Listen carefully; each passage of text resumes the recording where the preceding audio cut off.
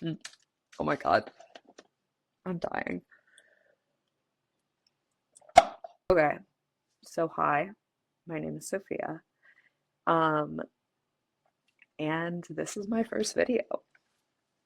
I'm talking about books. So, I've been reading more, and I really like reflecting on what I read and talking about it. I'm a big yapper. I'm a very big yapper. And so, here we are. Today, I am going to be talking about Just for the Summer by Abby Jiminez. I have the synopsis for us. Justin has a curse, and thanks to a Reddit thread, it's now all over the internet. Every woman he dates goes on to find their soulmate the second they break up. When a woman slides into his DMs with the same problem, they come up with a plan. They'll date each other and break up. The curse will cancel each other's out, and they'll go on to find the love of their lives. It's a bonkers idea, and it just might work. Emma didn't plan that her next assignment as a traveling nurse would be in Minnesota, but she and her best friend agree that dating Justin is too good of an opportunity to pass up, especially when they get to rent an adorable cottage on a private island in Lake Minnetonka. It's supposed to be a quick fling, just for the summer, but when Emma's toxic mother shows up and Justin has to assume guardianship of his three siblings, they're suddenly navigating a lot more than they expected, including catching real feelings for each other. What if this time fate has actually brought the perfect pair together? And so I'll be honest, I wasn't super into that synopsis the first time I heard it. Like, it sounded good, whatever, but it didn't like jump out at me. And I try to only like seriously like buy a book or whatever if I really think I'm gonna read it. So I've been in a reading slump. I was trying to read stuff that was like too long, too serious, and I was like, because I'm getting back into reading after being like, I read in middle school, like I read The Warrior Cats. So I've tried to go too deep too fast, and I needed something light to get me back into it. And also, I just want to preface with like, if you're seriously going to read this book and like you really don't want to know anything about it, like, don't watch this video. There might be like mild spoilers, but I'm going to try to keep it to stuff you'd like learn in the first 40 pages anyway. And I might share a few quotes, but it's nothing that's going to be like crazy. Anyways, I started this book. I think I read it in like 5 or 6 days. And the first half did not have me. Like, I was like, okay, like this is fine, but there's some parts that like I'm not on board with. Like, I'm just not that into it. Our premise is that Emma, the main girl, she is a traveling nurse with her best friend and foster sister, Maddie. And she slides into this guy's DMs on Reddit. And within like 3 days, they're like FaceTiming like every day. And within like a week, she changed their summer traveling nurse assignment from Hawaii to fucking Minnesota to go see this guy. And this is like a big deal. A big deal. And so they go to fucking Minnesota. And I was like, this is so dumb. This is like, this is not real. Like, nobody would do this. Like, I think that was just kind of the thing that got me about the first half is that Emma was like Delulu. And like, so was Justin. They were both Delulu. So that was just like what got me at first was like, I could not necessarily get on board with this premise. So Maddie and Emma are supposed to be like besties. Like they've been foster sisters since they were 14. They're like bestie besties. But Maddie, for the first half of this book, was really combative and really cringe, honestly. Like at some point when Emma and Justin are like about to meet each other, she says, if he fucks with you and you unravel, I'm gonna unalive him with a can opener. Bruh. Okay, TikTok. Nobody talks like that, bro. And then like Maddie and Emma fight a lot. Like Maddie's kind of always getting into Emma's business, and like Emma needs it because that girl's a mess. But like Maddie's always in her business, especially when Emma's mom pulls up and like starts dating their landlord. Okay, that's a bit of a spoiler. I'm sorry. Like now this like very traumatic figure from Emma's life is here, and Emma's like crashing out all while dating this new guy, and Maddie is like up in her business like 24/7. Or like every other scene they were in together, they were having some like very serious arguments and like saying very mean things to each other. And like Maddie redeems herself, in my opinion, throughout this book. But there was one thing that she did that, in my mind, like if I learned that my best friend said that about me, I would probably not be able to forgive them. Something like bad is happening.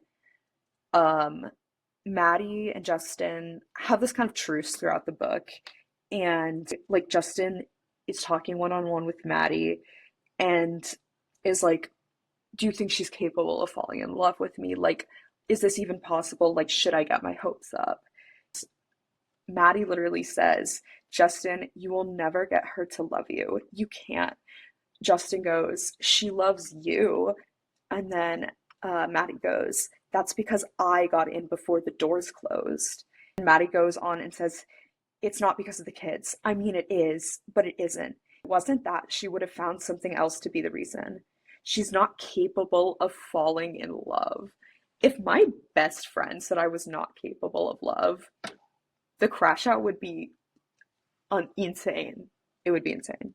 Oh, the other thing that Maddie said is she was like, when Emma met Justin and learned that he had to take custody of these kids, she was like, oh my God, Maddie, like, he's gonna have 3 kids. Like, I don't think I can do that. I really like him, but I'm just not ready. And I'm like, that's valid as fuck, honestly. Like, even no matter how much you love a person, you should never have to compromise your own life for theirs. Like, you should not have to if you don't want to. And Maddie was like, oh, you're just looking for some reason to disqualify him. Like, it could work, it could work. Like, you're just looking for any reason. And I was like, bruh, not a good friend, TBH, in that part of the book. The other thing earlier is that I mentioned that Emma is kind of Delulu, right? And like, Justin's mom has done some very fucked up shit recently that has put him in a very uncomfortable position where he has to take custody of his 3 younger siblings, 4, 12, and 16. And basically Emma, like when she hears the story for the first time, she has a lot of problems with her mom, and she like never holds it against her. Like, she has a hard time like being mad at her mom for what happened, even though it was super fucked up. And she tells Justin, you don't have the right to be mad at your mom. Like, think about all that she's gone through. And then in Justin's POV, like, because it's dual POV. Justin, in his POV, he was like, oh my God, like, she's so right. I'm a terrible person. Like, I was a bad son. I didn't support my mom when she needed it. And I was like, bro, like, it's not your job to, like, both of you, it's not your job to take care of your parent when you are young. Like, you are the child. So she's talking to Justin's 12-year-old younger sister, and the 12-year-old sister, Sarah, says, I guess it's like nobody gets it though. Alex, who's the 16-year-old brother, is just Alex, and Chelsea, who's 4, is so small that she doesn't know what's going on. She thinks mom's at camp. Camp's a good of a story as any. Let it be camp. Yeah, but it can't be camp for me. I have to know. Meaning, like, she has to be aware of what's happening and like feeling all those feelings. And Emma goes to this 12-year-old, by the way. She'll be home one day, Sarah. It'll come faster than you think. You can visit her and write to her and call her. You can stay close to her. You just have to try. Bruh, she's 12 and her mom's in prison for 6 years. You can't, like, she's allowed to feel very real feelings about that. She doesn't need to sacrifice her own feelings to appease her mom's. It's like the trauma is deep with this girl. Anyways, the last thing I'll say about the first 50%, and this is the one thing that I really liked, is that Justin is a great character. Like, he's a great person, and you could tell he's very like romance novel boyfriend. And he cooks, he's responsible, he takes initiative, he's funny, he's smart, like he's the whole shebang, you know? Um, and I just really like that he has his own issues that he's going through and he's learning how to deal with them. And also, he's kind of clueless on what to do in this situation. Like, he's just learning how to take care of the kids. He's just learning how to deal with issues like Emma has. And, like, I like that even though he's a really great dude, he's not like perfect. I love how his character is written. I think he's like a really good romance novel boyfriend. And I like that it was like, there's stuff thrown in like, oh, he's handsome. Oh, she's beautiful. But it wasn't like, oh, there's the sexiest person I ever laid my eyes on, like the six-pack abs and the perfect 5'2", 23-inch waist, fatty, thick, like angel. Hello? I have no idea what the fuck just happened. Anyways, I'm gonna hope that doesn't happen again. Um, so all of this, like, it's not like that. It's much more down to earth and it much more feels like something you'd really think about a person. Like, you're not gonna kiss someone and be like, every atom of my being was like kissing every atom of their being. Like, that's not how it works, bruh. Anyways, so that's the first half. First half did not have me. It was kind of like meh, but at least I read a book. That's how I was feeling halfway through. But then the second half got me because the second half was fucking great. And it is honestly in large part because this relationship was surprisingly mature. Like, considering everything else that was going on, like, these two people were just like so sweet and so kind to each other. And like, yeah, Emma kind of was going through it and she like wasn't always the greatest, but like, there was like they were ready to take on the world, and if it weren't for these horrible unforeseen circumstances, like it would have been fucking smooth sailing. So that really made it better. And like Emma slowly but surely starts to realize how fucked up shit is with her mom. She's realizing that she has problems. And it's honestly really wholesome. Like, they're really there for each other. Okay, one thing I did not like about the second half is that well into it, like they're relying on the fact that they're in this weird like Reddit.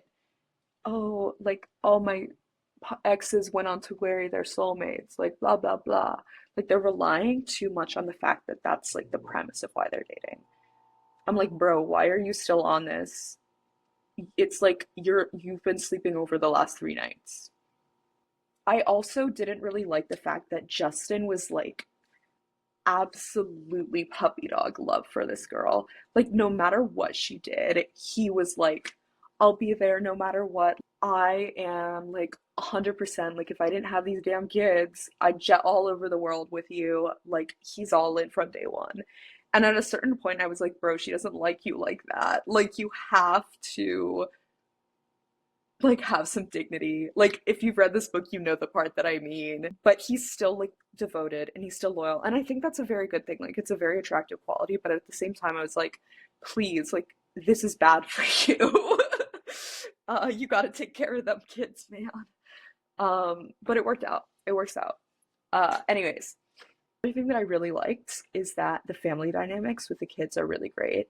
I'm pretty sure this was written by someone either with a lot of younger siblings or who has kids because I feel like Abby Jimenez just gets it. Like, it feels very well written. I really like all of the kids. Like, as characters, their characters are well written and well developed. They're not just like random side characters, like, they matter to the story. And I really like that. Like, I think that's really awesome. I also think that the relationship with Amber was that's Emma's mom was really well written. Like it was emotional. I would got very emotional when I read this, and honestly, if you have mommy issues, like I don't know if this is the book for you. I don't think this would be the light summer read you're looking for because oh, Uh, but anyways, I really liked that. And finally, I really liked that the third act conflict wasn't fucking stupid. Like, so many romance books, it's just like, oh, miscommunication, or like, oh, like, stupid, arbitrary, dumb thing that like doesn't actually, like, we know they're gonna get back together.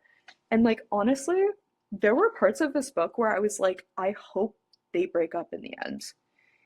Not because I didn't like them together or because I didn't think the story was great, but because I thought that that would have been a more compelling story, would be understanding that sometimes to love someone is to let them do what's best for them, and that may not include you. And the fact that that was like, I would have been happy. I would have been fulfilled as a book. Like it felt real. This story felt real. These characters felt real. This situation felt real. And I really like that.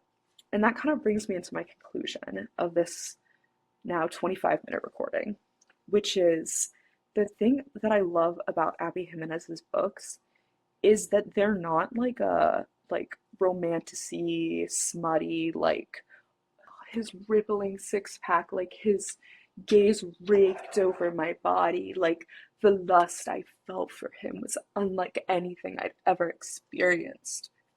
Like Miss Jimenez's books are not like that. They feel like people actually are. And I really like that. It makes it me feel like I'm not reading some stupid like romance book. I'm reading a book about people. And also like I'm reading a book about love. Different kinds of love, platonic, romantic, familial. And it's not just lust. It's not just dumb bullshit. It's the situations that real people have to go through and the hard choices that real people have to make. And I really enjoy her books. This is not my favorite one. The other one I've read is Yours Truly. That book, maybe it was just like the time I read it at, but bro, that healed my soul. Healed my soul. 5-star book. This one, I really liked it. I think I'm gonna give it 4 stars because, as I said, the first half did not have me. I think some of the issues I identified were remedied later, and some of them were still a little prevalent. So I don't think I'd give it 4.5 or 5 stars. That is all. I really enjoyed this book. Think it ended my reading slump. I'm really excited to read more. So yeah, bye.